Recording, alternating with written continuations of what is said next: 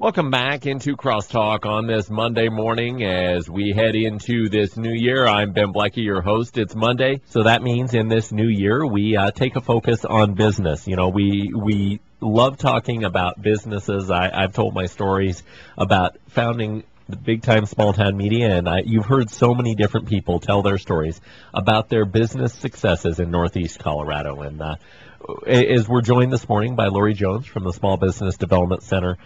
The one question, I think maybe the very first question you asked me when I came in to sit down and meet with you when you came to the SBDC was, why'd you get into business? That's right. Because everybody asks that question, or should ask that question. Why did you get into business, especially as a small business? Why'd you get into business for yourself? And there's a lot of answers that you hear. What are some of the more common ones? Well, and I'm gonna do this twist another way. One of them is, did you get into the business for the wrong reasons? Because sometimes, especially and I've worked in the corporate world quite a bit, sometimes you have bad days at work. And you might say, I'm tired of working for somebody else. So I'm going to give, kind of like Letterman, the 3 reasons that you don't want to get into business for yourself. But we'll flip it around to the positive side. Yes, we will. So the first one is, I'm tired of working for somebody else. I want to work for myself for a change. The next one is, hey, I can make a whole lot of money if I just do this all by myself. Right. And the third one is, if I work for myself, I'm going to have my own time. I'm going to spend time with my family. I'm going to have time for my friends. And I'm finally going to have time to do what I want to do when I want to do it. Absolutely, and the answer to those 3, if you got into business because, and I've said it before, if I'm going to work this hard, dang it, I'm going to do it for myself, you're really going to end up working a whole lot harder. You're going to work a lot harder for yourself. And that goes exactly to the I need to spend more time with my family. Great, except you're going to be working a whole lot harder, so you're not going to be spending time with your family as much as you think you would from the outside going in. And then the third one, if I do this by myself, I'm going to make a whole lot of money. You willing to work hard enough to make a whole lot of money? Because that's right. You can make a whole lot of money, but doing it by yourself, not always the smartest thing to do. That's right. So let's change those topics and say, you know what, the motivation is correct on all of these. Right. So the first thing, can you make a lot of money? Maybe you can. Oftentimes, it's not the making the amount of money, it's controlling the pricing you want to set. Right. It's controlling how you want to make the money. Yes. And again, if you're an entrepreneur and you're lucky enough to have invented something or created some idea that's very new and you're at the right place at the right time, absolutely, you're going to control it. And for those of you that are salespeople, that is probably a common theme. Mm-hmm. My boss sets limits on the amount of money I can make. So Right. if you're a great salesperson, you can go into business for yourself, and if you're willing to put in the time, absolutely, you're going to be able to increase the amount of money that you make. The working for somebody else and doing it all on your own, you know, that's a real tough one, because what happens when you go into business for yourself is, do you have all the right skills? Mm-hmm. And we can talk about that in a minute. Absolutely. But more importantly is back to, why did you go into business for yourself, or why do you want to? What is your passion? I think that is the key word. Are you passionate about what you want to do? Absolutely. You have to be passionate about what you want to do. But at the same time, we had guests on, and this may have been all the way back in October on Crosstalk, that talked about going into business. And for me, going into business as a broadcaster, I know broadcasting, so I can own my own broadcasting business. There's a whole lot you don't know. You may be passionate about something, but you also have to accept the fact that there's a whole lot you don't know. I don't do numbers. Right. Therefore, I have an accountant and my wife. That's right. I have my wife and then my accountant. How about that? Because I think we have to put the wife first, right? Well, and again, let's talk about a couple of key things that when you are your own business person, and those of you that are in business for yourselves and you've been doing this for years, congratulations again, because to have the fortitude and the determination is absolutely critical.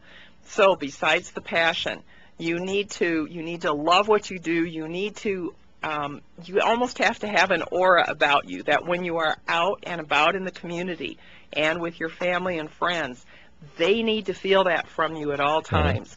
You literally live your business when you start your own business. Yes. And there's boundaries and there's ways you can control that. But then you need to have the energy. Do you have the health? Can you keep pursuing it? You don't get paid for sick days when you are on your own. Right. And that is an important thing to remember as we visit with Laurie Jones from the Small Business Development Center. I want to focus a little bit on the price, because regardless of what you're doing, whether you're repairing computers, selling shirts, whatever it is that you do, whether you have a product or a service, price is what is going to bring in the money. You said on last week's edition, cash is king. That's right. And it is very important for you to understand how to price your product as you're a new business person or an existing business person. You need to make sure that the prices you've been using for years and years are correct. Well, and you know, that even brings up another thing, not even the prices that you're using, but has the market changed? Yes. So, you know, again, when you are a new business person and you're driving that energy and you're driving that excitement and you've been doing something that you think has been great, but maybe you're not quite sure, that brings you around to you need to step back a little bit. And again, being in the beginning of the year is a great time to do this.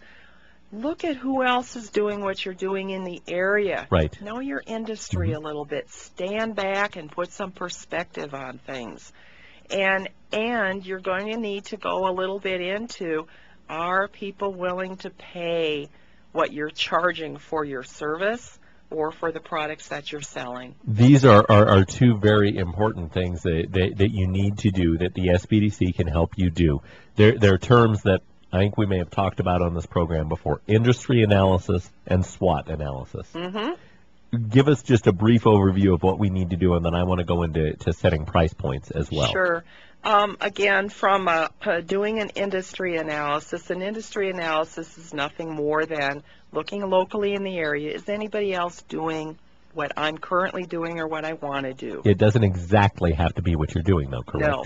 And it needs to, you're going to do it in two ways. One is anybody directly doing that, doing the exact same thing? The next way could be indirect. If people don't want to buy my product or buy my service, is there something similar that they can get like what I'm offering? So you do it locally.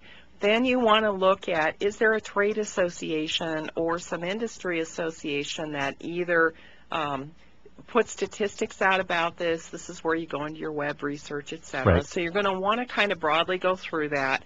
And you need to look and see, does the economy support what you're doing? An example of that would be, am I selling something that's considered a luxury or a want?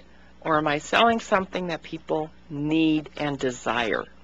Absolutely, and those are two very important things to look at in your industry analysis. Of course, the other analysis is SWOT. Oh, my favorite. Not SWOT, S-W-A-T. This is actually S-W-O-T. Tell us what that stands for. And, you know, that is a time-tested MBA-type analysis. And what it is think of a cross with 4 boxes.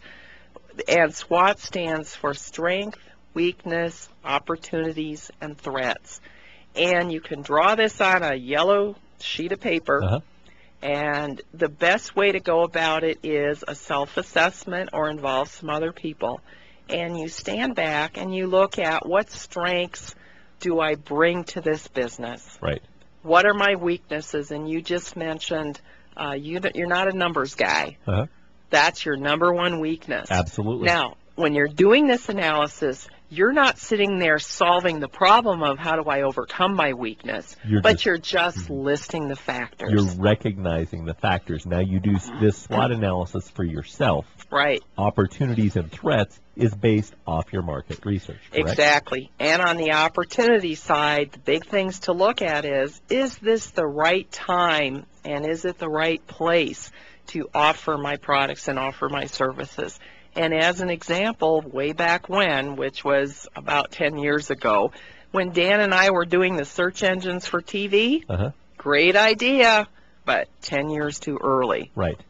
Absolutely. And then threats are the opportunities. Exactly. And then the threats are, who else is out there that could do it? Does somebody else have more money to do it? Does a big company, are they going to do it? You have to stand back, or again, does the economy not support it? And are we in a recessionary period? Absolutely. So they're the external things. They're external. The strengths and weaknesses, or strengths and weaknesses are yourself. Opportunities and threats are the market. As we visit with Laurie Jones from the SBDC, once you've done all this for yourself, and I've mentioned I'm not a numbers guy. Right. The thing I struggled with the most was putting together your price point. And I think so many businesses struggle that, because you hear things like, well, it only cost me this much, so why would somebody pay this much? And, well, I've always used this price. Right. So how are my clients going to react to this change? This, putting together your price points, is largely very numbers-based, but it also deals with the market. Yes, it does. And again, part of it is you come back and what I find in this area for people that charge on an hourly basis, they're comparing to other people charging for other things hourly, and they're way too low. Right. So one of the things to come back and do is, and that's something I can help people with, and you can do these assessments yourself, but you look at industry numbers. Go outside this area, look and see what they're charging in as you go towards the front range, then discount them down a little bit. The other side is, though, too, if you're selling retail products, even though you're selling something here and you factor in somebody else driving somewhere else to buy it, you have to look at the service and the value of the service as part of that price point. So you can come back and look at that, but at the end of the day, it's not just, am I going to make 10 or 20%? You know, there's standard numbers. In the retail industry, you mark up twice. Right. On the service side, if you don't perform this service on a regular basis, you need to look at, well, what would I pay myself if I were doing this full time? So you need to come back and look at the value of what you're offering to someone else. And it is tough, but you can do it where you can test it out in a market. You could do a survey on your pricing. There's a lot of different ways that I advise people to take a look at, is this the right price? And it is okay to tweak it as long as you can justify it and explain it to your customers. And if you lose people, but you're still staying in business, that's okay too. You can't please everyone. You cannot please everyone, and that leads to two important things when putting together your price. A lot of people look at themselves through pessimistic glasses. Right. And that is something we can't afford to do. If you're going to be in business for the right reasons, which we talked about to start this, and stay in business for the right reasons, you need to look at yourself in a happy mirror. I'm great, everybody likes me, and gosh darn it, it's going to be a great day. And you know what? I have met so many people, and everyone has to have these little techniques, but whether it is seriously in the mirror in the morning, singing a happy tune, or smiling, or knowing something, you need to have that self-motivation is coming out. You have to be open, you have to be excited, because every single day could bring a change to your business. Today could be the day that something suddenly changes and new people start coming in your door, or you get that phone call and someone says, hey, I'd like to work with you about this. And if you're not open to that, and every day you don't have that attitude to present yourself that way, you're not going to have those opportunities come by either. Absolutely. And change was the other thing. Exactly. It is always changing, and you always need to be ready to change. If you're a small business owner, the world is constantly changing. Even accountants can't keep up with all the tax changes for small businesses. They have to have a manual or an online guide now, because books really don't exist. And, you know, I haven't even addressed this, but it's joining things like your chamber. It's joining your industry colleagues. It's getting together on a regular basis and knowing what's going on in your industry. And the more you're out and about, that not only excites you, but it keeps you current of what's happening. And I'm just a big fan. Read what's going on, whether you read the newspaper, you listen to the talk shows like today, go up on the internet, subscribe to newsletters, things like that. You can get an email. Just make sure you know what's going on, because those things are exciting, and the change can always be good. Change can always be good. You cannot be afraid of change, because it's going to change, and if you're going to continue, you have to react to that change. The SBDC can help businesses do that. How can they get in touch with you? Good question. The best way to reach me is at area code 970-520-0798. And also you can go to, you can look us up on the web, Colorado Small Business Development Networks. You could just put that in search engines. But our specific website is, we call it neecosbdc.org, and that's spelled NEECCOSBDC.org. So much information out there, and we'll have you on another edition, because the next time we have you on, we want to talk with you about a common misconception, not here in the rural areas, but from the Front Range, that entrepreneurs don't exist out here. That'll be next time, Laurie. Thank you for joining us. Sounds great. Thank you.